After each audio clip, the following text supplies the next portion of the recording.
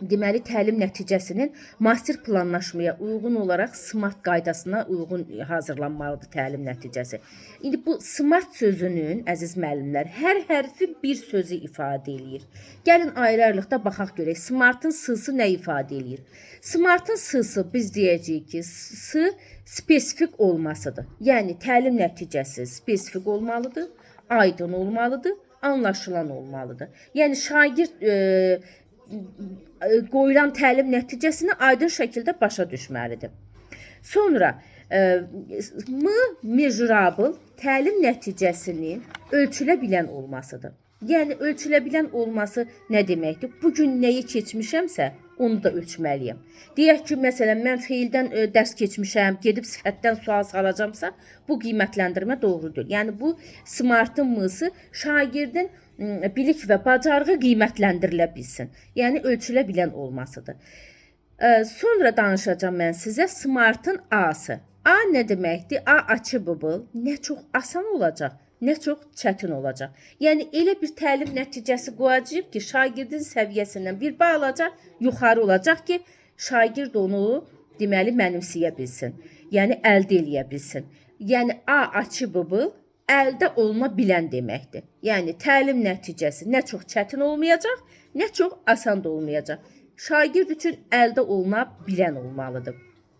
Sonra danışacağım mən sizə SMART-ın R-sından. R nədir? Real imkanların nəzərə alınmasıdır. Məsələn, bugün mənim əlimdə hansı vəsaitlər, hansı resurslar varsa, mən onlardan dərs hazırlayıb dərsimi quracağam. Məsələn, bəzən baxırsan ki, müəllimlər deyək ki, gündəlik planlaşmalarda, bəlkə siz də şahidi olmusunuz o məqama. Gündəlik planlaşmada götürüb yazırlar ki, məsələn, proyektorla lövhədən hansısa bir video göstərirəm, nə bilim, elektron lövhədən istifadə edirik. Amma soruşursan, deyir ki, elektron lövhəmiz yoxdur axı, proyektorumuz yoxdur axı. Bəs yoxdur, niyə yazmısan? Götürüb metodik vəsaiti qoyurlar qabaqlarına, orada necə yazılır, onu köçürdürlər. Amma bu həqiqətən də yanlış bir yanaşmadır, müəllimlər. Bax, o SMART-ın deyir ya, təlim nəticəsi SMART-da R olmalıdır, R real imkanlar nəzərə almalıdır. Yəni, sənin əlində nə varsa, onu nəzərə almalısan. Markerin var, markerlə dərs keç. Əlavə vəsaitin var, onunla dərs keç. Əlavə mövzuya uyğun hansısa evdən biz resurs gətirə bilmirsən, onunla keç. Amma yazma ora ki, mənim elektron lövhə ilə bunu edirəm, proyektorla bunu edirəm. Yəni, real imkanların nəzərə alınması bu deməkdir. Bir də SMART-ın T-sı qaldı. T da nə deməkdir, müəllimlər? Yəni, biz T vaxt deməkdir, time deməkdir. Yəni, time vaxt deməkdir. Burada təlim nəticəsində vaxt nəzərə alınması o deməkdir ki, bəzən müəllimlər götürür gündəlik plan, deyək ki, o indilik planlaşmalarında 5-6 standart varsa, onun hamısını yazırlar. Bu həqiqətən yanlış bir yanaşmadır. Siz necə edəcəksiniz? Deməli, maksimum dərəcədə, maksimum 3, minimum 1-2 təlim nəticəsi götürə bilərik. Yəni, biz həm də elə bir təlim nəticəsi götürməliyik ki, müəllimlər, yəni o təlim nəticəsini biz 1:45 dəqiqədə reallaşdıra bilək. Bəzən müəllimlər o qədər qəliz bir təlim nəticələri götürürlər, həm də 3 dənə götürürlər. Nəinki onu 1:45 dəqiqədə, hətta 2:45 dəqiqədə onu reallaşdıra bilməyəcək. Ona görə də heç başınızı ağrıtmayın ki, ora 2, 3 böyük təlim nəticələri daha qəliz, daha çətin təlim nəticəsi qoyasınız. Etməyin bunu. Əgər daha mürəkkəbdirsə, onun bir dənəsini qoyun. Yəni, şagirdlərin səviyyəsinə uyğun. Sadə təlim nəticəsi ikisini qoyun. Amma üçünü qoyub, özünüzü daha da çətinə salmayın. Yəni, gündəlik planlaşmada yazanda bunu mütləq nəzərə alın. Yəni, time, SMART-ın T-sı time vaxt deməkdir. Yəni, elə bir təlim nəticəsi qoyulmalıdır ki, bu təlim nəticəsi 1:45 dəqiqə ərzində reallaşdırılması mümkün olsun. Bir də mən sizə danışacağım, əziz müəllimlər, təlim nəticəsini hazırlayan zaman müəllimin etdiyi səhvlər. Yəni, müəllim hansı səhvlərə yol verə bilər? Təlim nəticəsinin həddən çox qoyulması, bayaq dediyim kimi, yəni maksimum dərəcədə, həddən çox qoyulması, 2-3 təlim nəticəsi qoymaq lazımdır. Yəni, 3-dən artıq təlim nəticəsi qoyulursa, bu yanlışdır. İkinci nədir? Təlim nəticəsi uşaqlara bildirilməməsi. mütləq şəkildə əziz müəllimlər, təlim nəticəsi əvvəlcədən şagirdlərə bildirilməlidir. Niyə? Çünki biz dedik, baxın, təlim nəticəsi nədir? Sonda formalaşan bilik bacarığın əvvəlcədən müəyyən olunmasıdır. Şagird üzürlü say müəllimlər, şagird biləndə ki, bugün hansı bilik bacarığa yiyələnəcək, öyrənmə onun üçün effektiv olacaq. Yəni, sanki təlim nəticəsini biz şagirdlərə elan etmiriksə, sanki elə bil, tanımadığı bir yola ötürmüsən, uşaq baxacaq sağa, baxacaq sola, hara gedəcəyini bilməyəcək. Amma təlim nəticəsi əvvəlcədən elan olunanda bilir ki, bugün bu dərsin sonunda nə əldə eləyəcək? Başlayacaq özünə o hədəfə, o məqsədə çatmaq üçün başlayacaq özünə yol cızacaq, metod cızacaq, üsul axtaracaq ki, mən necə eləyim ki, o hədəfimə çatım? Bax, bu təlim nəticəsi. Ona görə deyirik ki, dərsin əvvəlində təlim nəticəsi şagirdlərə bildirilməlidir. Və üçüncü yanlış nədir? Təlim nəticəsi şagirdlərin yaş səviyyəsinə uyğun olmalıdır. Bayaq yenə dediyim kimi, yəni təlim nəticəsi şagirdlərin yaş səviyyəsinə uyğun olmalıdır. Yəni elə bir təlim nəticəsi olmalıdır, şagird onu əldə edə bilsin və bundan başqa təlim nəticəsi müəllim yönümlü deyil, şagird yönümlü olacaq. Yəni bunlar hamısı təlim nəticəsi zamanı mütləq şəkildə nəzərə alınmalıdır. Həm də dinamik feillərdən istifadə olunmalıdır təlim nəticəsi zamanı. Statik feillərdən yox. Məsələn, bacarır, görür, eşidir, bilməsən. Deyirəm ki, belə bir təlim nəticəsi verilsə əgər, desək ki, müəllim şagirdlərdə interaktiv təlim metodlarını formalaşdırır, müəllim şagirdlərdə vətənpərvərlik hissini aşılayır. Bu kimi təlim nəticələr yanlışdır. Niyə? Çünki müəllimin fəaliyyətinə yönəlib. Yəni, bunu müəllim edir. Yəni, burada şagirdin görəcəyi bir şey yoxdur axı. Bizə nə lazımdır? Şagird mərkəzli olsun, şagirdə yönəlsin və şagird onu tətbiq etsin. Yəni, ona görə də biz deyəcəyik ki, yəni, mütləq şəkildə bu təlim nəticələrini müəyyən edən zaman biz bu səhvləri etməməyə çalışmalıyıq. Həm statik feillərdən istifadə etməyəcəksiniz, həm müəllim mərkəzli olmayacaq təlim nəticəsi, həddən çox olmayacaq, dərsin əvvəlində mütləq şagirdlərə bildirəcəksiniz və şagirdlərin yaş səviyyəsinə uyğun təlim nəticələri müəyyənləşdirməliyik. Deməli, əziz müəllimlər, dərs planlaşma haqqında bu qədər. İndi biz sizinlə planlaşmanın testlərini işləyəcəyik. Qrupa planlaşma ilə bağlı testlər göndərmişəm. Düşünürəm ki, həm də bu mövzu sizin üçün rahat olacaq. Niyə? Çünki yəni, hamınız işləyən müəllimlərsiniz və burada da sizə çətinlik yaranmayacaq. Həm illik planlaşma ilə bağlı məlumatınız var, həm gündəlik planlaşma ilə bağlı. Belə əsasən uyğunluğu müəyyənləşdirin. Deməli, dərs planının formatı təhsil müəssisəsi tərəfindən müəyyənləşdirilə bilər. Doğrudur da müəllimə. Bəli, bayaq izahımda da dedim axı, müəyyən vaxtlarda rəhbərlik deyir, məsələn, filan tarixə, filan mövzunu yazın. Ola bilər. Doğru. Ola bilər. Gündəlik planlaşmada müəllimə tədris zamanı problem yarada biləcək məsələlər haqqında qabaqcadan düşünə bilmək imkanı yaradır. Ola bilər də müəllim, bir hafta siz onu qeyd elədinizsə, gündəlik planlamada B planı, müəllimin B planı mütləq doğru. Ay, sağ ol, doğru. Yəni qabağa gətirə bilər, arxaya, yəni bəli, eləyə bilər. Bizim özdə müəllimə fənnimizdə olur elə şeylər, bizi bilirsiniz də tarix fənnində. Elə mövzular var, gətiririk qabağa, arxaya. Bəli, mümkündür. Yəni eləyə bilərik müəllimə. Bəli. Sonra keçək, bu da düzdür müəllimə. Aha. Düzdür. Yanlışlara da baxaq. Şagirdlərdə bilik və bacarıq formalaşdırmaq üçün tapşırıqlar hazırlayarkən Bloom taksonomiyasının feillərindən istifadə edilir. Edilir də müəllimə hər halda. Bayaq demədimmi müəllimə? Elə son cümləm. Dedim, nümayiş etdirir, fərqləndirir, dinamik feillər, mütləq səciyyələndirir, hamısı Bloom taksonomiyasının feillərindən. Bəli, doğrudur. Düzdür. Gündəlik planlaşmada qiymətləndirmə üsul və formasını dəqiqləşdirdikdən sonra təlim fəaliyyətlərini müəyyənləşdirmək daha səmərəlidir. Gündəlik planlaşmada təlim fəaliyyətlərini müəyyənləşdirmək daha səmərəlidir. Hər halda da düzdür də müəllimə. Müəllimə, Gündəlik planlaşmada, bəli. Bax buna bir dənə izah vereyim sizə Fidan müəllimə. Bax mən indi o PDF-də də göndərmişəm ardıcıllığı, illiyi də, gündəlik planlaşmanın da ardıcıllığı PDF-də var. Bax biz birinci deyək ki, gündəlik planlaşma zamanı birinci standart yazırıq, sonra mövzu. Bəli. Sonra yazırıq biz deməli. Sonra yazırıq mövzunu yazandan sonra deməli standart, mövzu, təlim nəticəsi. Sonra başlayırıq qiymətləndirmənin üsul və vasitələrini yazırıq. Hansı qiymətləndirmə aparacağım, qiymətləndirmə meyarlarımızı yazacağıq. Sonra öyrənmə fəaliyyəti gəlir müəllimlər.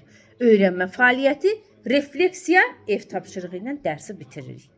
Bax bu cümlə onu deyir. Gündəlik planlaşmada qiymətləndirmənin üsul və formasını dəqiqləşdirəndən sonra təlim fəaliyyətini müəyyən. Əgər bu cümlə, bir dənə cümlənin formatını dəyişirəm Fidan müəllimə. Bu eynən bu cümlədir belə. Sonra deyirəm ki, dəqiqləşdirdikdən sonra təlim nəticəsini müəyyənləşdirmək daha səmərəlidir. Sizcə onda doğru olur? Yox. Niyə? Çünki orada bayaq siz qeyd elədiniz, qiymətləndirmə üsulu bir də öyrənmə. O aid edilir də təlim nəticəsinə.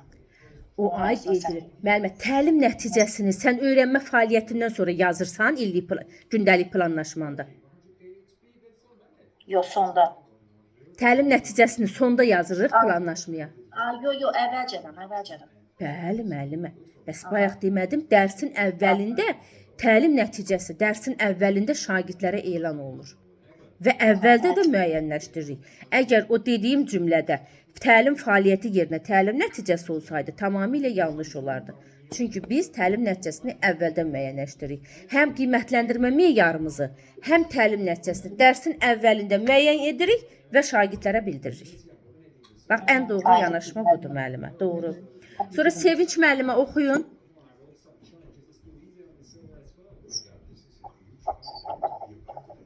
Oxuyuram bu dəqiqə. Demək, dərsin məqsədi, 3-cü sual oxuyuram da. Bəli, müəllimə. Dərsin məqsədi ilə bağlı verilən cavabların hansı yanlışdır?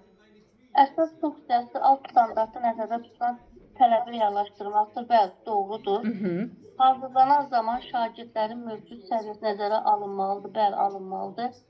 Əldə ediləcək bilik və bacarıqlar ümumi şəkildə ifadə olunması lazımdır. Məncə bu yox, ümumi olmamalı məncə. Təlim nəticəsinin əsasən şagirdin fəaliyyəti qiymətləndirilir. Bəli, mümkün qədər dəqiq və aydın olmalıdır və yaxud Martda da demişdik ki, dəqiq və aydın olmalıdır. Məncə burada ümumi olmamalıdır məncə burada. Bəli, müəllimə. Bax, əldə ediləcək bilik bacarıqların ümumi şəkildə ifadə olunması. Ümumi sözünü harda görsəniz, müəllimlər. Bax, həm ümumi, məsələn, ümumi deyək ki, bilik bacarığın ifadə olunması, ümumi qiymətləndirmənin, məsələn, ümumi şəkildə qiymətləndirmənin aparılması yanlışdır. Bax, məsələn, buna bir nümunə göstərim. Deyək ki, şagird tapşırıq yazıb gətirib. Baxırsan tapşırığa, deyirsən ki, bu 3-cü səhvdir, 5-cində düz yazmısan, afərin sənə, get. Bu nəyi düz yazıb? Nədə səhv edib? Bu səhvi necə düzəldəcək? Axı sən buna ümumi şəkildə və yaxud da hamısını düz yazıb gətirib. Baxırsan, afərin sənə 5 alırsan, Nərgiz, hamısını düz yazmısan. Buna da detallı şəkildə necə istifadə edib, necə yazıb, onun bir deyək ki, o istifadə etdiyi strategiyanı soruş şagirddən, bu məsələni necə həll etdin, hansı strategiyadan, hansı yoldan istifadə etdin? Bax, budur, yoxsa ümumi şəkildə, yazmısan, get. Ümumi qiymətləndirmə, ümumi rəy, bax, bunlar hamısı yanlış bir yanaşmadır. Ona görə burada da biz götürəcək, ümumi şəkildə ifadə olunması yanlışdır. Sonra, Xəyalə müəllimə, buradasınız? Buradayım müəllimə. 4 oxuyum. Planlaşma zamanı təlim fəaliyyətləri əsasən nəyə xidmət edir? Şagirddə ünsiyyət bacarığının formalaşdırılmasına, dərsin məqsədinin reallaşmasına, şagirdin 20-ci əsr bacarıqlarının formalaşdırılmasına, şagirdin nailiyyətini müəyyənləşdirməyə, gündəlik planlaşmanın effektivliyini ölçməyə. Zamanı təlim fəaliyyəti. bayaq öz Təlim fəaliyyəti şagird nailiyyətinin müəyyənləşməsinə bəs bayaqları müəllimə izah eləmədimmi? Üçlü nəyə xidmət eləyirdi? Bu burada qalan bu öyrənmə fəaliyyəti, təlim fəaliyyəti, qiymətləndirmə nəyə xidmət eləyirdi? məqsədin reallaşmasına. Bəli. Bəli. Bəs indicə dedim axı Xəyalə müəllimə ki, baxın müəllimlər, verilsə təlim fəaliyyətidir, qiymətləndirmədir, xidmət edir təlim nəticəsinə. Niyə? Təlim nəticəmizin reallaşmasına. Biz gündəlik olaraq nə edirik? Standart reallaşdırır. Təlim nəticəmizi. Nədir təlim nəticəsi? Sonda formalaşan bilik bacarığın əvvəlcədən müəyyən olunmasıdır. Biz o bilik və bacarığı reallaşdırırıq o dərsin sonunda. Nəyin hesabına? O təlim nəticəmizin hesabına qiymətləndirmə müəyyənləşdiririk. Qiymətləndirməni, yəni təlim nəticəsinə əsasən müəyyənləşdiririk. Öyrənmə fəaliyyətimizi təlim nəticəsinin əsasında müəyyənləşdirib, onu hamısının da məqsədi nədir? Məqsədin reallaşmasına. Sonra dördüncünü oxusun Aytaç müəllimə. Oxuyuram. 4-də deyir ki, uyğunluğu müəyyənləşdirin. Aha. Doğruda deyir ki, öyrənmə fəaliyyəti təlim nəticələrinə çatmaq üçün görüləcək işləri təsvir edir. Düzdür. Bəli, düzdür. Qiymətləndirmə meyarları təlim nəticələrinə görə müəyyənləşir. Qiymətləndirmə demişdik ki, qiymətləndirmə təlim nəticəsinə xidmət edir. Aha. Yəni deməli bu düzdür. Yəni ona Bəli, görə qəşəng, müəyyənləşir. qəşəng. Afərin Aytaç müəllimə. Onda elə 1-2-də 3-4-ü də oxuyaq. 3-də deyir ki, gündəlik planlaşmada resursların müəyyənləşdirilməsi əhəmiyyətlidir. Mütləq. Düzdür. Resursları müəyyən bəs hansı resursdan istifadə edəcəyik bu gün dərsimizdə? Onu cari Hansı planlaşmamıza bunlar yazırıq. Bəli. Təlim nəticəsində feillərin dinamik olması təlim nəticəsinin ölçülməsinə imkan yaradır. Bu da düzdür. Bəli, Bloom müəllim. taksonomiyası. Bəli.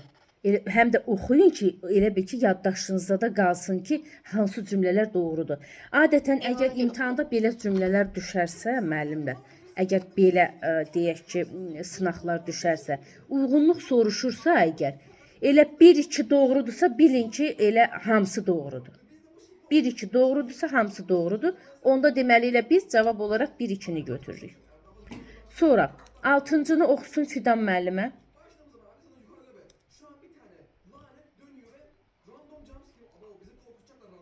Bu dəqiqə müəllimə oxuyuram. Deməli, verilmiş izahların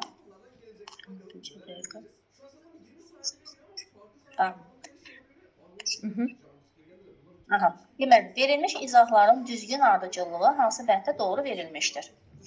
Burada müəllim dərsin məqsədinə çatıb-çatmadığını, şagirdlərin təlim nəticələrinə nail olub-olmadığını, nə ilə və necə ölçə biləcəyini qeyd edir. Burada müəllim təlim nəticələrinə nail olub-olmadıqsa bu qiymətləndirmə olacaq. Ölçmə harda gördünüz müəllimlər? Ölçmə. Ölçmə qiymətləndirmə. Sağ. Bu gidici qiymətləndirməyə dərsin məqsədinə çatmaq üçün həyata keçirilən vasitələrdir. Öyrənmə fəaliyyətləri müəllimə. Bəli. Dərsin məqsədinə çatmaq üçün dövlətin təhsil alan və təhsil verən qarşısına qoyduğu minimal tələb isə bu alt standart. Aferin. Qəşəng. Çox doğru. 7-cini oxusun Sevinç müəllimə. Bir dəqiqə. Demək, verilmiş izahların ardıcıllığı hansı bənddə doğru verilmişdir? Sonda şagirdlərin hansı bilik bacarıqlara sahib olacaqları haqqında nəticələrin əvvəlcədən müəyyənləşdirilməsi bu təlim nəticəsi olar. Müəllim hansı iş forma və üsuldan, metodlardan istifadə edəcəyi, öyrənmə mühitini necə quracağı və s. bağlı məsələləri burada öz əksini bu öyrənmə fəaliyyəti olar məncə. Bəli. Şagirdlərin məqsədə nə dərəcədə çatması haqqında informasiya əldə etmək bu da qiymətləndirmə olar. Qəşəng. O doğru. Variantlarda bilmədim elə dedim amma. Uyğunlaşdırdınız bəsdir müəllimə. Sevinç müəllimə, səs yazıda dinləmisiniz yoxsa indi dinlədiniz məni? İndi dinlədim. Yox, vaxt olmadı açığı, yəni qulaq asa bilməmişəm. Əla. Müəllimə, əla. Yəni izahatınızdan başa düşdüm onsuz hər şey. Çox gözəl izah etdiniz, aydın. Əla. Həqiqətən də sizi belə görəndə ürəyim açılır. Nə gözəl bir izaha dərsdə mən sınağı bu cür işləmək həqiqətən də bu planlaşma mövzusu bilirsiz necə mövzudur? Əzbərə dayanan bir mövzudur. Yəni bu bax bir dənə bir şey deyim, üzr istəyirəm. Üzr istəyirəm sizdən də. Deyin canım mənim, deyin. Hə, mənim bir dənə o inteqrasiyada o çətinliyim var. Onu bir də geri dönüşüm eləyərsək bu arada. Eləyərik müəllimə. Bir dəfə siz nə zaman bu tətil günləri falan olanda bir dəfə qayıdarıq o məsələyə. İndi elə bir şey eləməyək. Amma yenə də təkrar onsuz da elətdirəcəm. Elə mövzular var ki, müəllimlər, o mövzuları həyatdan nümunə göstərir. Məsələn, inteqrasiyanı həyatdan nümunə üzərində izah eləyirəm, eləmi? Deyək ki, məsələn, dedik pedaqoji tələbləri izah elədim. Bərabər imkan, inklüziv deyək, fəaliyyətin stimulaşması, hamısını həyatdan nümunə göstərərək sizə izah elədim. Amma bu mövzu qayda üzərində qurulub, bunu da nümunə göstərə bilmirsən. Bu ancaq sırf əzbərə qaydaya söykənən bir məlumatlardır. Bu dərsin özü. Ona görə, yəni xoşum gəldi ona görə ki, yəni bu cür mövzunu bir izaha mənimsədiniz. Hələ izahıma qulaq asın müəllimə, materiallara qulaq asın, daha möhkəm oturacaq sizə. Yaxşı. 8-i oxusun, deməli Xəyalə müəllimə, sonra Aytac. 8. Cədvələ səsim uyğunluğu müəyyənləşdirin. Demək, doğru, gündəlik planlaşdırmada qiymətləndirmə təlim fəaliyyətlərinə uyğun müəyyənləşdirir. Bu yanlışdır. Dedik təlim nəticəsinə uyğun müəyyənləşdirilir. Ay, sağ ol. Afərin Xəyalə müəllimə. Gündəlik planlaşmada formativ qiymətləndirmə üsulları qeyd edilir. Bu doğrudur. Bəli. Qeyd edilir. Sonra yanlışda müəllim tələb olunan bilik və bacarıqları reallaşdırmaqla öz hüququnu həyata keçirmiş olur. Xeyr, bu yanlış olar. Niyə yanlış olar müəllimə? Niyə? Mən tələb olunanı həyata keçirir də. Keçirir də düzdür də. Öz hüququnu yox ki, vəzifəsini yerinə yetirir. Ay, sağ ol. Bax, onu istəyirdim səndən Xəyalə müəllimə. Hüququnu yox. O cümlə tam düzgün cümlədir. Hüquqla onu məhv elədi. Niyə? Hüququnu yox, vəzifə. Çünki standartlarımızı reallaşdırmaq bizim vəzifəmizdir. Onu şagirdə mənimsətmək bizim vəzifəmizdir, hüququmuz deyil. Bax, o hüququ, vəzifəni çıxarıb ora hüquq qoymaqla cümləni yanlışa çevirdi. Burada 2 ilə 3 oldu. 4-ü də oxuyaq. Demək, dərs planlaşdırılarkən şagirdlərin informasiyanı necə qəbul etməsi və anlaması ilə bağlı məsələlər də nəzərə alınır. Bu doğrudur. Etməsi və anlaması ilə bağlı məsələlər nəzərə alınır. Siz nə deməkdir? Dərs planlaşdırılarkən şagirdlərin informasiyanı necə qəbul etməsi və anlaması ilə bağlı məsələlər nəzərə alınır. Cümləni bir dənə açıqlayım sizə. Bu o deməkdir ki, müəllimlər, biz dərsi planlayarkən, icmalımızı yazarkən, biz orada şagirdlərin marağını, şagirdlərin öyrənmə tərzini, şagirdlərin potensial imkanlarını nəzərə alacağıq. Məsələn, sinifdə şagird var ki, vizual öyrənməyi sevir, ona uyğun bir video göstərəcəm. Verir, məsələn, sevir audial öyrənməyi, ona uyğun bir mətn səsləndirəcəm. Və yaxud da şagird var ki, ekstravert şagird şəxsiyyət tipinə sahibdir. Qrupla işləməyi sevir, onu qrup işinə cəlb edəcəm. Bax, bu cür, yəni deyir, informasiyanı necə qəbul etməyi sevir? Məsələn, səslə mi sevir, vizual görüntü ilə mi sevir?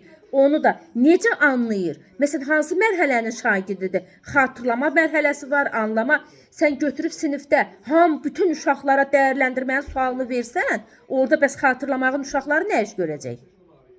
Xatırlamağın uşaqları bilirsən səviyyəsini. Ki, bu uşaq anlaması zəifdir, ancaq qaydanı əzbər deyə bilir. Qaydanı əzbər soruşasan, digərinə tətbiqini elətdirəsən, digərinə dəyərləndirmə, digərinə yaratma. Hərənin öz potensialına. Bax, bu cümlə onu demək istəyir bizə, müəllimlər. Belə variant incələyirəm ki, sizin üçün də qaranlıq bir məqam qalmasın, müəllimlər. Sonra 9-u oxusun, deməli Aytaç müəllimə. Mən oxuyuram. Deyir, dərsin məqsədi ilə bağlı verilən cavablardan hansılar doğrudur? Şagirdlərə dərs ərzində hansı fəaliyyətləri edəcəklərini bildirməkdir. şagirdin öyrənməsini təmin etmək üçün hazırlanır. Ya da öyrənməni təmin etmək üçün hazırlanır. Məncə bu düzdür. Bəli. Smart metodundan istifadə məqsədə uyğun hesab edilir və yaxud da deyilə smartla keçirilir. Bəli, mütləq. Şagirdlərə dərsin məqsədini elan etmək mütləq deyil. Bu səhvdir. Niyə? Mütləq elan eləmək lazımdır əvvəlcədən. Bəli. Çünki şagird Dərsin biləndə ki, məqsədinin- hansı bilik bacarığa yiyələnəcək, öyrənmə onun üçün effektiv olacaq. Onda bir səhv olacaq. Çünki buradan keçdim. Burada deyir ki, fəaliyyətləri edəcəklərini bildirməkdir. Fəaliyyət yox, məqsədi, dərsin məqsədini elan etmək. Bəli, məqsəd elan edirik, Məqsəd elan edirik. fəaliyyətləri Fəaliyyətləri bildiririk. yox. Amma qiymətləndirmə meyarlarını bildirə bilərik, təlim nəticəsini bildirə Nəticələri. bilərik. Bəli. Onda bir səhvdir. 5-də deyir ki, dərsin məqsədinin spesifik olması onun dəqiq və aydın ifadə edilməsi deməkdir. Spesifik, xüsusi deməkdir. Yəni dəqiq və aydın. Bu düzdür. Aha. Bir dərs üçün dərsin məqsədinin sayı ilə bağlı məhdudiyyət yoxdur. Və yaxud dedik ki, məhdudiyyət var. Çünki 3-dən artıq ola bilməz. Ən azı Aferin. 1 olmalıdır, ən çoxu 3. Aytac, bu işi çözmüsən sən. Sizin sayənizdə. Əhsən, vallahi əhsən sizə. Müəllimə, çox xoşum gəldi bu gün sizdən. Sizdən çox xoşum gəldi bu gün. Deməli, burada oldu doğru olan 2, doğru 3, bir də 5 doğru oldu. A bəli. Heç qulaq asmamışam sizin səsinizə. Hələ qulaq asandan sonra daha qəşəng anlayasınız müəllimə. 10-cunu oxusun Sevinç müəllimə. Aha, dəqiqə. Deməli, uyğunluğu soruşur bizdən. Dərsin planlaşdırılması güclü və zəif şagirdlərin səviyyəsini bərabərləşdirmək üçün lazımdır. Dərsin planlaşdırılması, bu qalsın xeyir məncə. Dərsin planlaşdırılması çətin anlaşılan mövzuları şagirdə izah etmək üçün lazımdır. Dərsin çətin anlaşılan mövzuları şagirdə izah etmək üçün lazımdır. Xeyr, bir dəqiqə qalsın. Hamısını oxuyum bir dəqiqə. Dərsin planlaşdırılması müəllimə şagirdin hansı öyrənmə tərzinə sahib olduqlarını müəyyənləşdirmək üçün lazımdır. Dərsin planlaşdırılması şagirdlərin dərs prosesində hansı qiymət alacaqlarını müəyyənləşdirir. Dərsin planlaşdırılması. Xeyr, 4 yanlışdır. Sonra burada çətin yanlışlı mövzuları şagird izah etmək üçün lazımdır. Planlaşdırma müəllimə. Sevinç müəllimə, planlaşdırma yalnız çətin mövzuların izahı üçün lazımdır, izah etmək üçün lazımdır ki, bu çətin mövzunu izah eləyəcək buna. Xeyr. Ümumiyyətlə yanlış, tamamilə yanlışdır. Planlaşmanı biz niyə tuturuq? Dərsin effektliyini artırır, vaxt itkisinin qarşısını alır, müəllimin auditoriya qarşısına həyat. Bunun hamısı səhvdir. Burada doğru olan cavab yoxdur. Yoxdur. Mən də ona baxdım ki, səhvdir. Hamısı səhvdir müəllimə. Səhv olduğuna görə 3-dən 4-ü götürürük. Bəli. Elə baxdım ki, hamısı yanlışdır. Ona biraz çaşbaş qaldım. Bəli müəllimə. 4-də elə adicə 4-də gör nə deyir? Deyir dərsin planlaşdırılması şagirdlərin dərs prosesində hansı qiymət alacaqlarını müəyyənləşdirir. Xeyr.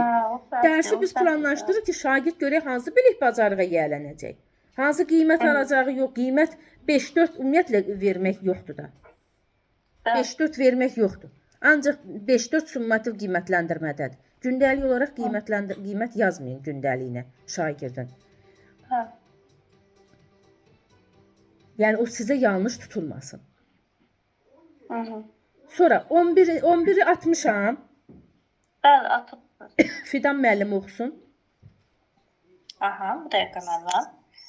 Deməli, klasteri tamamlamayan cavabı müəyyənləşdirin. Tamamlamayan.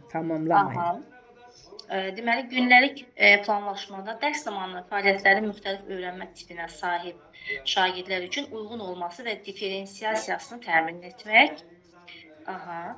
Deməli, şagirdlər nə gözlənildiyi, sonda hansı bilik və bacarıqlara yiyələnəcəyini aydın formada təsvir etmək. Bu doğrudur da müəllimə. Bu da doğrudur. Sonra şagirdlərin maraq və meyllərini nəzərə almaq, bəli, bu bir müəllimə tərəfindən olmalıdır. Maraq dairəsinə uyğun olmalıdır, gündəlik planlaşma.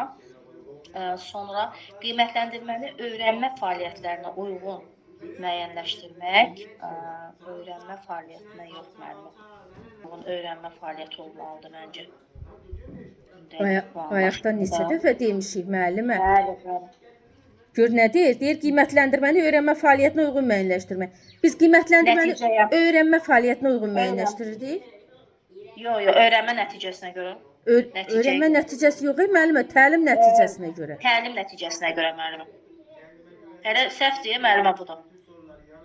Qiymətləndirməni öyrənmə fəaliyyətinə görə. Elə uyğun müəyyən- bəli, cavab elə odur. Bəli, elə səhv elə budur elə. Səhv odur. Dərs Bəli. zamanı qarşıya çıxa biləcək çətinlikləri əvvəlcədən müəyyənləşdirmək, bəli, bu Bu da var, müəllimin B planı. Refleksiya strategiyası müəyyənləşdirmək, bu da Mütləq, doğrudur. refleksiyasız dərs Gündəlik olmaz. planlaşmanı, bəli, sonunda olur da refleksiya. Bəli, sonda refleksiya, ondan da dərs bitdi. Bəli, onu da dərs bitir, doğrudur. C variantı müəllimə. Doğru Fidan müəllimə. Doğru. Xəyalə müəllimə 12 var, 60-am 12-ni də oxuyun. Var müəllimə. Yanlış fikri müəyyənləşdirin. Alt standartlar dövlətin təhsil verən və təhsil alan qarşısına qoyduğu minimal tələbdir. Bu doğrudur. Demişdik minimal tələbdir. Effektiv dərsin təşkilinin əsas şərtlərindən biri müəllimin dərsin məqsədini müəyyənləşdirməsidir. Bu da düzdür. Əgər dərsin məqsədini müəyyənləşdirsə effektiv olur. Bəli. Sonra gündəlik dərsi planlaşdırarkən ilk iş dərsin təlim nəticəsini effektiv şəkildə müəyyənləşdirməkdir. Bu da düzdür da. Və elə ilk işimiz elə oldu da, bəli müəllimə, doğrudur.